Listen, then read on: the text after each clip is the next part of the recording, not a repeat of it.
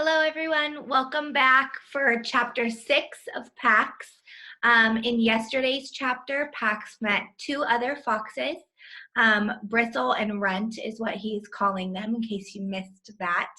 And it sounds like he is going to go spend the night with their other pack of foxes because there's a thunderstorm coming. So without further ado, here's Chapter 6. Peter recognized the sounds before he was fully awake. The footfalls of a herd of just-released kids, their hoots, the thumping of their eager fists into gloves. He scrambled out from under the bench and grabbed his stuff. Too late. 20 boys and their coach were streaming down the hill. Up at the parking lot, a bunch of adults were overseeing the dismissal, and some of them wore uniforms. His best option was to join the dozen or so kids who were already scattered out over the bleachers, heads bent together in clusters of 2 or 3 and blend in when they left. Peter climbed into the bleachers to the top row and dropped his pack. A kid watching a baseball practice. Nothing could be more normal, yet his heart skidded. Below, the coach started lobbying fungos into the field. The players were mostly the usual guys you'd expect to see on the ball field, all muscle and shout. Peter found the one that he wanted to watch, a small kid with a straw-colored crew cut and a bleached-out red t-shirt, playing shortstop. While the rest of the players scrambled around like puppies, this kid was a statue, hands poised at his waist, high, eyes glued to his coach's bat. The instant Woods smacked cowhide, he sprang. Somehow he managed to reach every ball that came anywhere near his territory, even though he was so short that he looked like someone's tag-along kid brother. Peter knew he himself wasn't the only kind of kid you'd expect to find on the ball field either. And he was even less at home in the dugout, with all the shoulder punching and trash talking. But a baseball field was the only place where he felt was exactly where he was born to be. The feeling that brought Peter was something he had never even tried to describe to anyone else, partly because it felt too private, but mostly because he didn't think he had the words to explain it. Holy came the closest, and calm was also in the mix, but neither was exactly right. For a crazy minute, Peter sensed that the shortstop understood about that holy calm, and he was feeling it too, right now. The coach had taken to the mound and was tossing puffballs. The batters were hitting sharp liners and grounders, and the outfielders were finally paying attention, or at least facing in the right direction. The shortstop was still the one to watch. He looked like he was stitched together with live wires, gaze steady to the play. Peter recognized that kind of concentration. Sometimes his eyes would actually go dry because he would forget to blink. So focused was he on every move of every player, and knew it paid off. Like the kid in the red t-shirt below him, Peter owned his territory on a ball field. He loved that territory right down to the cut grass, dry dust smell of it. But what he loved more was the fence behind it. The fence that told him exactly what was his responsibility and what wasn't. The ball fell inside that fence, he'd better field it. The ball soared over it, and it wasn't his worry anymore. Nice and clear.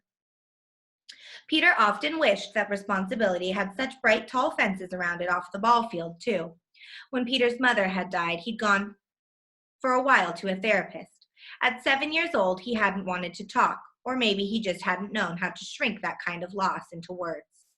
The therapist, a kind-eyed woman with long silver braids, said that it was okay, that it was perfectly okay. And for the whole session, Peter would pull little cars and trucks from a toy box. There must have been 100 of them in there. Peter figured later that the woman had cleaned out a toy store for him and crashed them together 2 by 2. When he was finished, she would always say the same thing. That must have been hard for you. Your mom gets into a car to go buy groceries, a regular day, and she never comes home.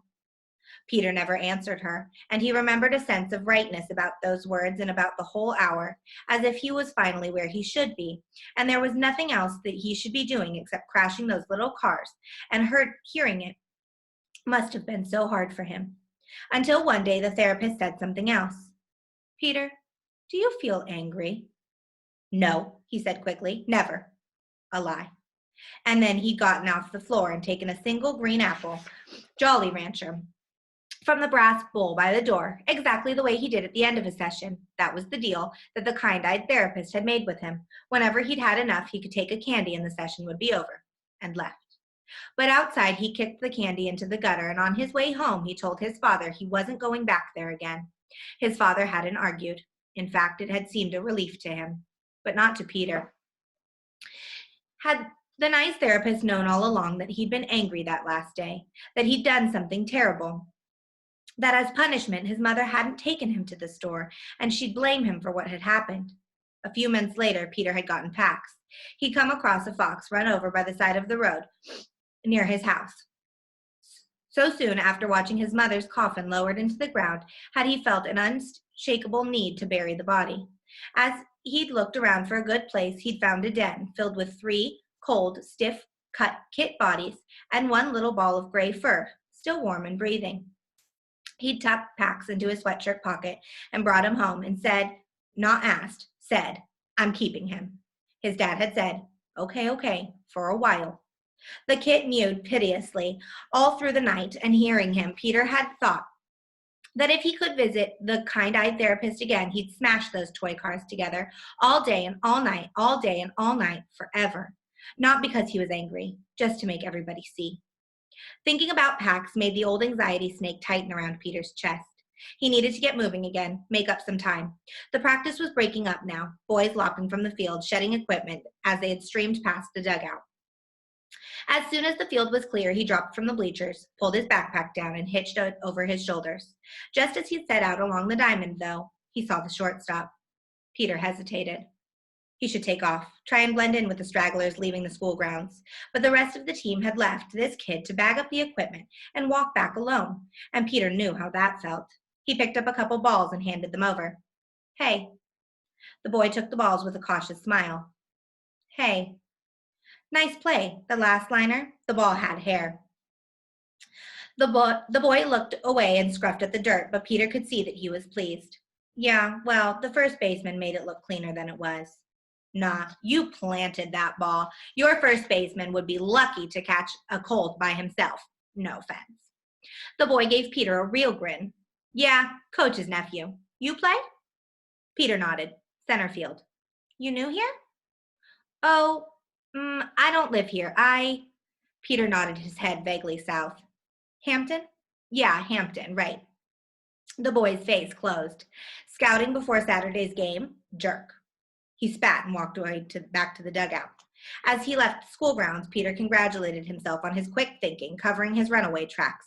But somehow he felt kind of bad anyways. Somehow he felt lousy, actually. He shrugged the feeling off. What was it his dad had said about feelings? Something about a quarter and a cup of coffee. And he checked his watch. 4:15. He'd lost over 3 hours. Peter pressed faster, but when it came to the town square again, he crossed the opposite side from the hardware store and forced himself to walk at an even pace, past a library, past a bus station, past a diner. Then he counted off 1,000 steps before risking lifting his head. When he did, he checked his watch again. 4:50. His grandfather was probably packing up his stuff now. Peter imagined him walking to his rusty blue Chevy, fitting the key into the ignition. And with that image, his anxiety struck, knocking the breath right out of him. He scaled a low wooden fence and dropped into a scrubby bush. He pushed in a good, safe 30 feet until the saplings rose up taller, and then he was, until his anxiety let him breathe right again, before turning to parallel the road. It was rougher going now, but 15 minutes later he reached it, the highway. Peter shadowed the entrance ramp, crouching low, then at the break in traffic ran down the culvert, scaled the chain-link fence, and dropped to the other side, his heart beating hard. He'd made it. He lopped it into the trees, keeping eye out for any likely place to cut west, and in just a few minutes he found one, a dirt road running perpendicular to the highway. Well, not much more than an old wagon path, to be honest, but it was like heading in the right direction, and it would be easy walking, even at night. He turned in. For a short while, the trees beside him grew denser as he walked, and only bird calls and squirrel rustlings broke the silence. Peter realized he might have seen the last of civilization for a while. The thought lifted him. But a few minutes later, the road turned a corner and began to run along an old pasture dotted with gnarled fruit trees in ragged blossom. A stone wall bordered the field, and a low barn stood in the far corner. But there were no lights on the barn, no car or truck beside it. Still, Peter's heart crashed. The barn looked freshly painted, and some of the roof shingles were the raw pink of new wood. This was the road to someone's home. Worse, it might lead to a bigger road. The atlas had shown him that the atlas had been too old to show. In any case, it wasn't a shortcut across the hills. Peter dropped his pack and sank into a narrow jog in the stone wall, exhausted and starving. He tucked his boots off and peeled down his socks. Two bad blisters throbbed on each heel. They were going to kill when they broke. Peter dug out his extra pair of socks from the bottom of his backpack and worked them on over the first pair. He rested his head back against the rough stone, still giving off a little warmth from the day's sun, which was now hovering over the tree lines, bathing in a field of peach-colored glow. He pulled the raisins out and ate them one at a time, taking small sips of water in between. Then he opened 2 packets of string cheese and took 4 crackers out of the sleeve. He ate as slowly as he could, watching the sun over the orchard, surprised to find that he could actually mark its sinking movement. How had he lived 12 years and never known about sunsets?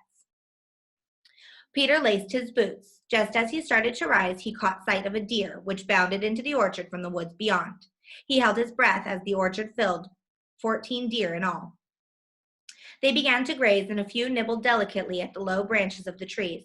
Peter squatted back down, and the closest one, a doe, with a spiny spot, fawned behind her, turned her head to slowly look directly at him. Peter raised his palm slowly, hoping to let her know that he meant no harm. The doe moved between Peter and her fawn, but after a while she dipped her head into the grass again. And then the clear twilight air was split by the screech of a saw biting through wood from behind the barn. The herd startled in unison and peeled away from the darkening woods, their white tails flashing. Before she bounded off, the doe sent another look straight at Peter, one that seemed to say, "You humans, you ruin everything." Peter took off. Back at the highway, half of the cars had their headlights on now, and it seemed as if they were all trained directly on him. He ducked off the road. The ground was spongy and smelled of peat. He was just debating about risking the flashlight when his foot sank with a splash. He grabbed an overlap hanging branch and pulled himself out, but it was too late. He could feel the cold swamp water seeping into his boots. Peter freaked out. Not bringing more socks, another mistake. It had better be the last of this trip. And then, clambering back to higher ground, he made another, much worse, mistake. His right foot caught on a root and he fell. He heard the bone break, a soft, muffled snap. At the same time, he felt a sharp stab. He sat panting with the stunned pain for a moment. Finally, he pulled his foot free and unlaced his boot, wincing at each motion. He eased down on his wet socks, and what he saw made him gasp. His foot was swelling so fast he could actually see it.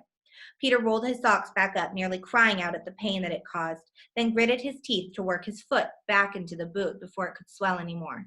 He crawled to a tree and pulled himself upright. He tested his weight on his foot and nearly collapsed again. The pain was far worse than anything he'd ever felt before. It made the broken thumb feel like a mosquito bite in comparison. Peter couldn't walk. And that's the end of chapter 6. Don't forget to come back tomorrow for chapter 7.